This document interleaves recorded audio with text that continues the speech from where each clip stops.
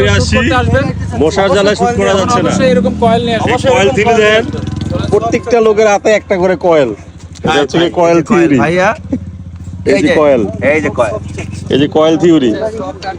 চারদিক দিয়ে কয়েল লাগাইছি। এই যে আমাদের হিরোইন নাক চুলকাইতেছে, এই যে আমাদের ডিরেক্টর, তার হাতেও কয়েল।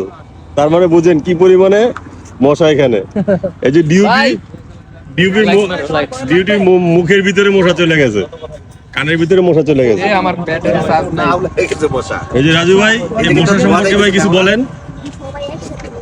মশা দেশের একটি সম্পদ, আপনারা এই সম্পদকে নষ্ট করুন, কারণ এই সম্পদ দেশের কোনো উন্নয়নে আসছে না। যেসব সম্পদ দেশের উন্নয়নে আসে সেই সব সম্পদকে রক্ষা করার চেষ্টা করুন, আর মশাকে ধ্বংস করুন।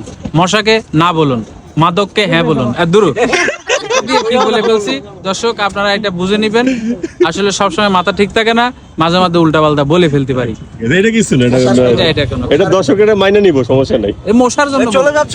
এই যে আমাদের স্ক্রিপ্ট রাইটার হিরো, ঠিক আছে, কয়েল ধরে বসে আছে।